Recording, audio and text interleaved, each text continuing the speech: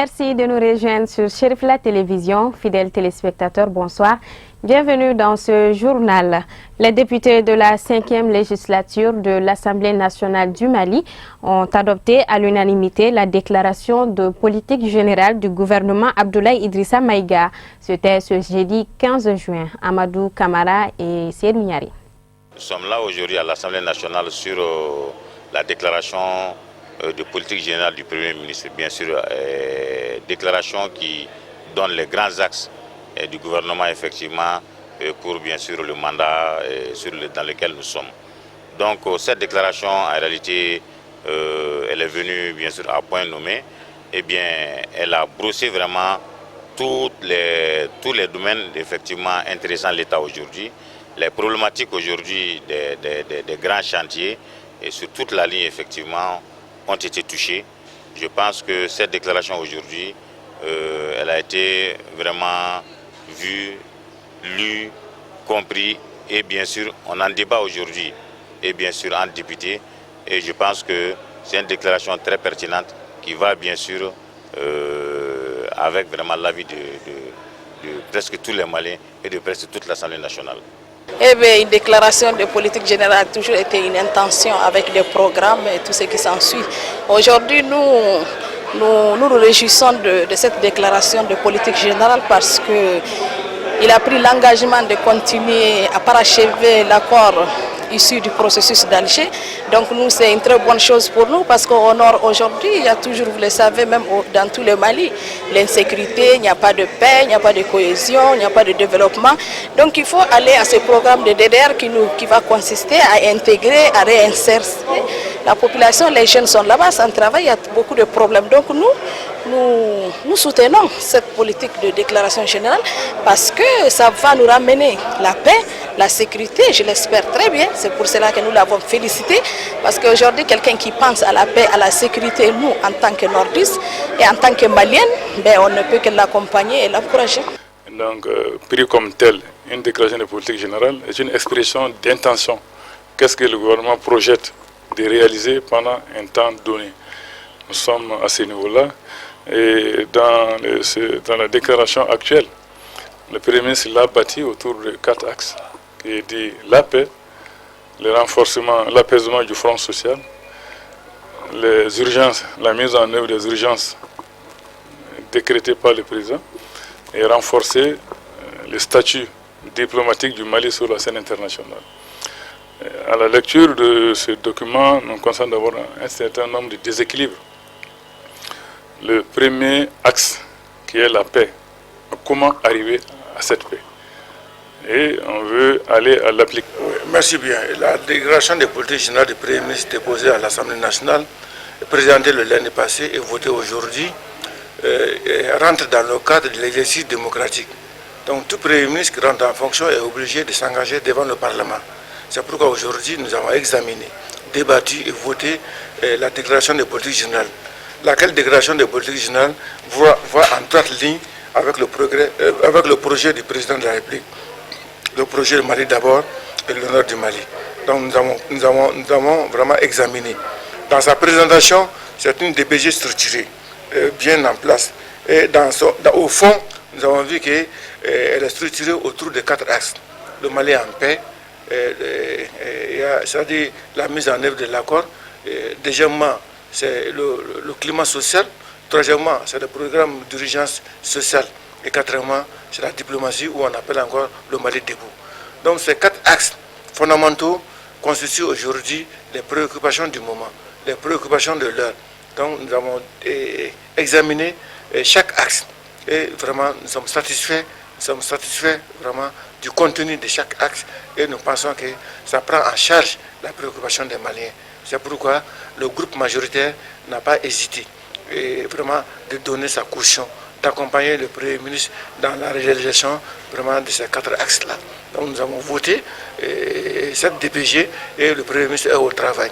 Tout le monde sait, depuis sa venue à nos jours, il a posé des actes concrets, tant au niveau des grèves, au niveau du dialogue social, au niveau vraiment de lancement des projets structurants, c'est-à-dire les projets routiers là. Donc il était au front, il était toujours là. Donc nous l'accompagnons parce qu'aujourd'hui, il est sur la bonne ligne. il est sur la bonne voie. Le Mali, à l'instar de la communauté internationale, célèbre le 17 juin la journée mondiale de lutte contre la désertification et la sécheresse. Le directeur national des eaux et forêts au micro de Amadou Kamara. Le Mali est un pays, on peut dire, qui a 2/3 de son territoire désertique. Donc la journée mondiale, la journée internationale de lutte contre la désertification revêt une importance capitale effectivement pour notre pays, parce que c'est une journée qui a été organisée par le système des Nations Unies pour sensibiliser l'opinion internationale sur les questions liées à la sécheresse, à la dégradation des terres. Et notre pays, tout comme les autres pays qui sont situés dans la zone saharienne, dans les zones sahéliennes, sont réellement fortement impliqués dans la manifestation de cette journée. Et d'ailleurs, même les pays qui ont une densité forestière assez élevée sont de plus en plus intéressés par cette journée, parce qu'ils ont vu que la désertification ne concerne pas que les pays sahéliens, ni les pays situés au Sahara ou au sud du Sahara. Et ils ont vu effectivement que même chez eux, il y a une diminution du couvert végétal. Parce que la désertification, c'est ça, c'est la diminution du couvert végétal, c'est la dégradation des terres. Donc ils ont constaté que les activités humaines liées aux questions de changement climatique contribuent effectivement à ce phénomène de dégradation de la nature. Si bien que cette journée internationale de lutte contre la désertification est célébrée dans tous les pays, que ce soit les pays sur le continent et dans tous les continents. Et comme vous le savez, au niveau du Mali, l'Agence de l'environnement et du développement durable organise chaque année, sous la direction du ministère de l'Environnement, de l'Assainissement et du Développement durable, une quinzaine de l'environnement. La quinzaine débute par la Journée mondiale de l'environnement et elle termine par la Journée internationale de lutte contre la désertification. Et le thème retenu pour la Journée internationale de lutte contre la désertification, c'est notre terre, notre maison, notre futur. Je crois que la déduction est simple et vite faite. C'est pour montrer effectivement que la terre là réellement constitue notre maison. Et nous devons effectivement prendre soin de cette terre là parce que c'est notre futur aussi. Tout ce que nous faisons comme activité socio-économique, activité de production, activité de consommation, activité de commercialisation et activité de transformation, tout ceci est lié effectivement à l'existence de cette terre-là. Quand on dit la terre, il s'agit réellement de la couche arable, de la couche productrice qui est là, qui nous permet effectivement de faire l'agriculture, de faire l'élevage. Donc quand il y a une dégradation des terres, c'est-à-dire quand il y a une désertification, il n'y a pas d'agriculture, il n'y a pas d'agriculture. Quand il y a dégradation de terre, il n'y a pas de pâturage. Quand il y a dégradation de terre, il n'y a pas d'eau, ni en surface, ni à la nappe phréatique, ni en nappe. Donc il n'y a pas d'élevage aussi, ni de poissons, ni de bétail. Et ça veut dire que le thème interpelle effectivement tous les citoyens du monde. Pour ce qui concerne le Mali plus précisément, je crois qu'il y a eu des efforts qui ont été entrepris par le gouvernement. Et ces efforts-là passent par d'abord les textes.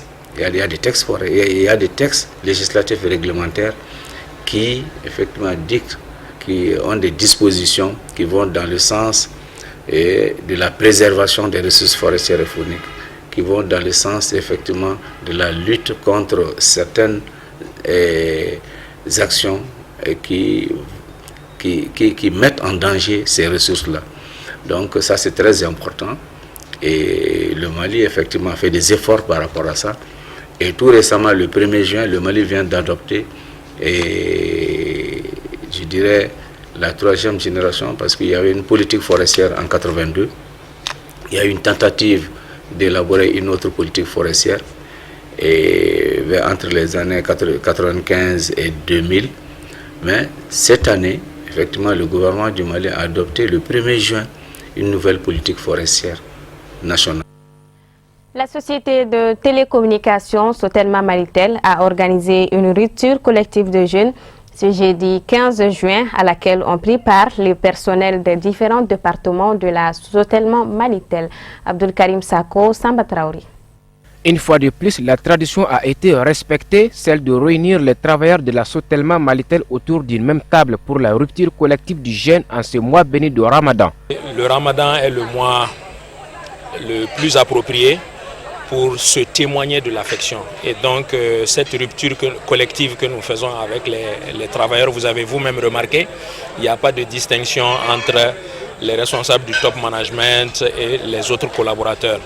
Donc c'est une façon pour nous de dire que nous sommes une même famille et que chaque année, si Dieu nous donne la santé et la vie, en tout cas de se rassembler pour prier ensemble pour notre cher Sotelma et puis aussi pour permettre que les uns et les autres vraiment puissent avoir un peu de compassion et surtout du temps pour l'autre. Je souhaite bon Ramadan à tous nos clients, nos partenaires, que le Ramadan puisse être pour eux un remède à tous les problèmes. Que Dieu les assiste, que Dieu nous assiste. C'est l'occasion de se retrouver dans la convivialité, la fraternité, le cousinage. Moi-même, j'embête beaucoup les maninkas, étant donné que je suis saracolée. Donc vraiment, c'est très sympa, c'est très sympa. Ces retrouvailles sont pour les travailleurs une occasion d'échange, de convivialité et surtout de partage, car le Ramadan, c'est aussi cela. C'est un sentiment de joie et de fierté. Parce que vous savez, qui parle de rupture, parle forcément de retrouvailles. Parce qu'en de telles occasions, les gens se retrouvent en communion pour, pas prêcher, mais pour au moins faire des doigts. Donc ces bénédictions vont tout droit parce que ça se passe à un moment très sensible. Parce que le mois de Carême est un moment dédié. Donc quand les gens se retrouvent, surtout la Sotelma est un service diversifié, on a des composantes un peu partout. Quand on se retrouve en de telles occasions, c'est une très bonne chose. Nous ne pouvons être que contents et fiers de l'entreprise. Parce qu'organiser de tels événements ne fait que tisser davantage les liens, l'unité, la cohésion entre les travailleurs de la Sotelma. C'est un sentiment de joie et puis de satisfaction et de reconnaissance aussi à Allah qui nous a montré ce jour-ci.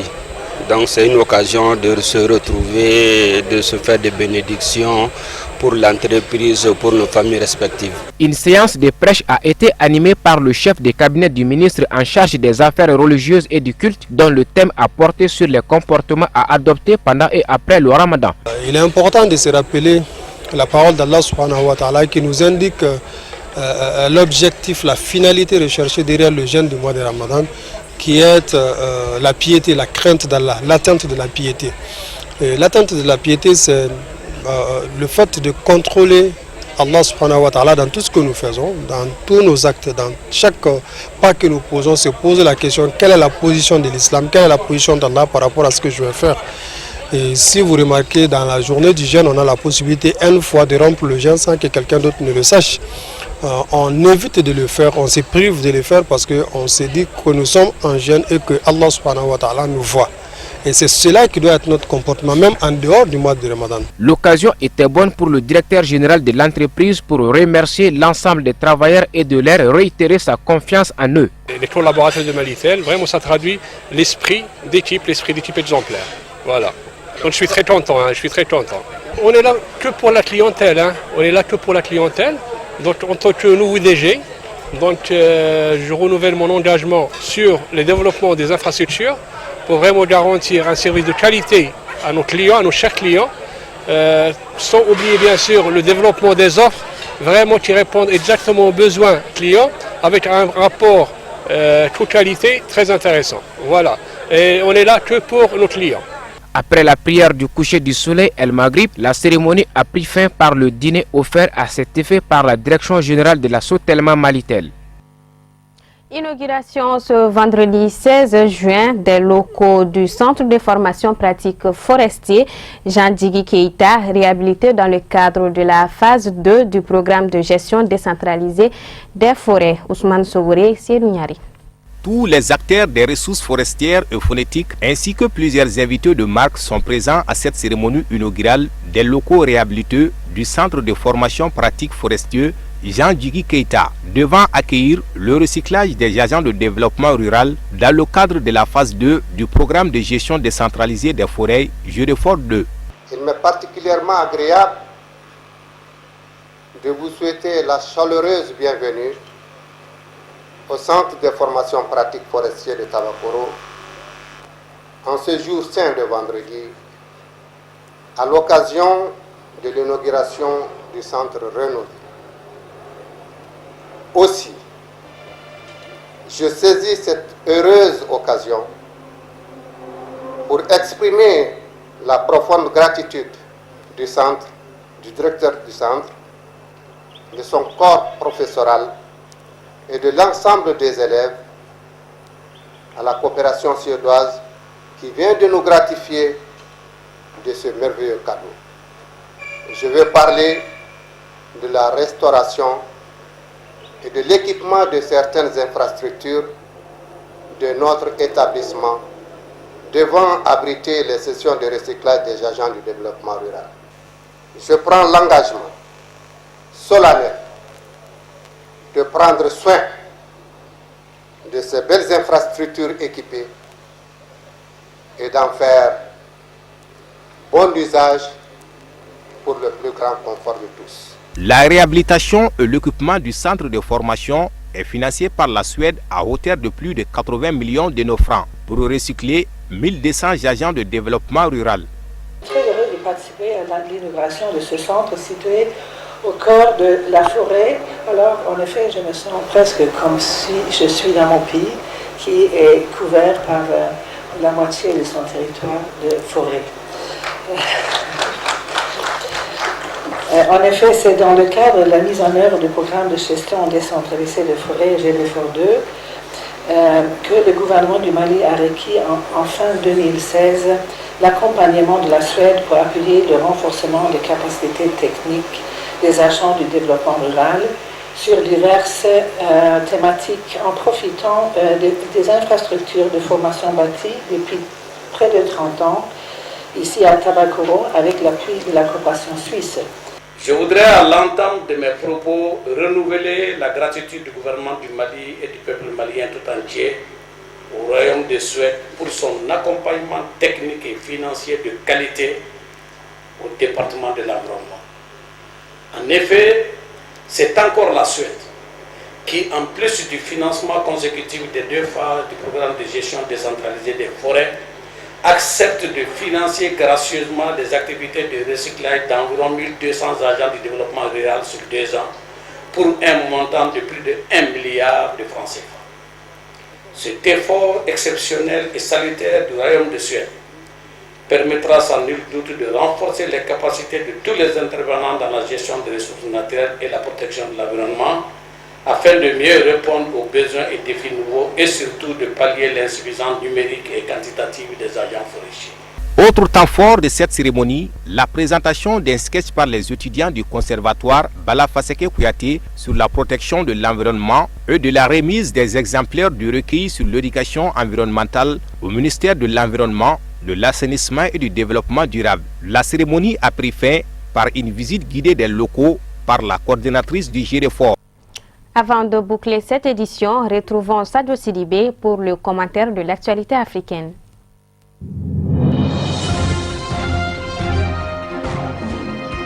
Nous commençons ce tour d'horizon de l'actualité africaine par la République démocratique du Congo où 9 anciens chefs d'État africains plaident pour la tenue d'élections en 2017.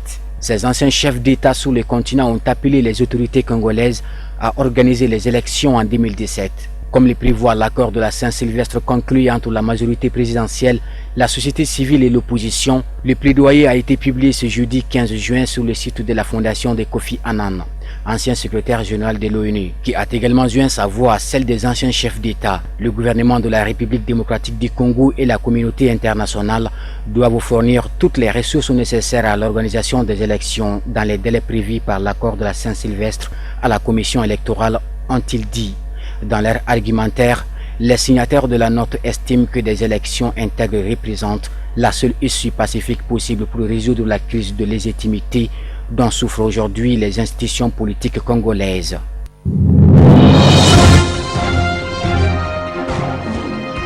Nouveau coup dur pour la justice burkinabé. Depuis jeudi, magistrats, greffiers et gardes pénitentiaires burkinabés ont décidé de relancer leur mot d'ordre de grève. Cette fois, une période illimitée et sur toute l'étendue du territoire. Les protestataires regrettent que le gouvernement n'ait pas prêté une oreille attentive à leurs revendications malgré les mouvements d'humeur déclenchés lundi et qui avaient duré 72 heures en signe de solidarité en un garde pénitentiaire. En effet, le jeudi dernier, le palais de justice de la ville de Manga, à 100 km sud, a été saccagé par un groupe de personnes qui exigeaient la libération immédiate et sans condition d'un individu placé sous mandat de dépôt après une altercation avec un garde de sécurité pénitentiaire. Jusqu'à jeudi, aucune rencontre avec les ministres cités n'avait été tenue. Une politique de sourde oreille que dénoncent les syndicats qui comptent maintenir les tempos jusqu'à ce que toutes les conditions posées pour la reprise soient réunies.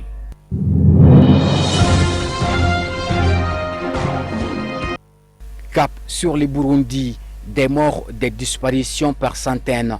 C'est le bilan de la crise au Burundi depuis que le président Pierre Nkurunziza a décidé de se faire réélire en violant la Constitution. Ce jeudi matin, une commission d'enquête internationale rendait son rapport au Conseil des droits de l'homme de l'ONU après 4 mois de travail de terrain. Une enquête qui confirme les pires craintes selon les mots du président de cette commission.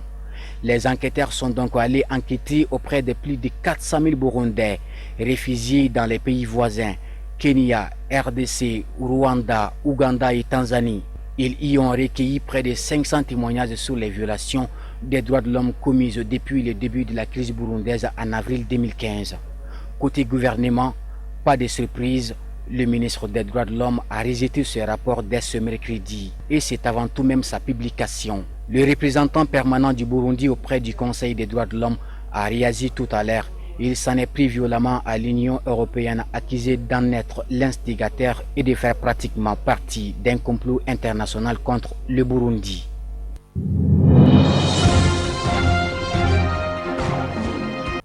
Enfin, la Cour pénale internationale enverra une mission au Gabon du 20 au 22 juin.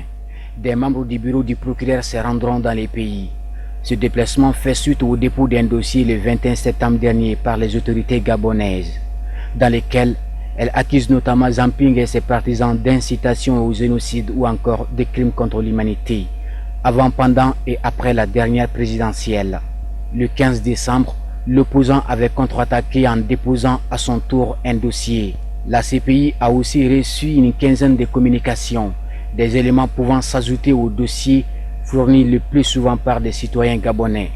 Cette fois, la Cour va dépêcher 3 analystes sur le terrain. Ils sont en charge des examens préliminaires, car pour l'instant, la Cour n'a pas ouvert d'enquête. Le but est de se faire une meilleure idée de la situation et d'établir des contacts, explique une bonne source. Voilà, c'est ce qui met fin à cette édition. Merci de l'avoir suivi. Le programme continue sur Chérif La Télévision. À très bientôt.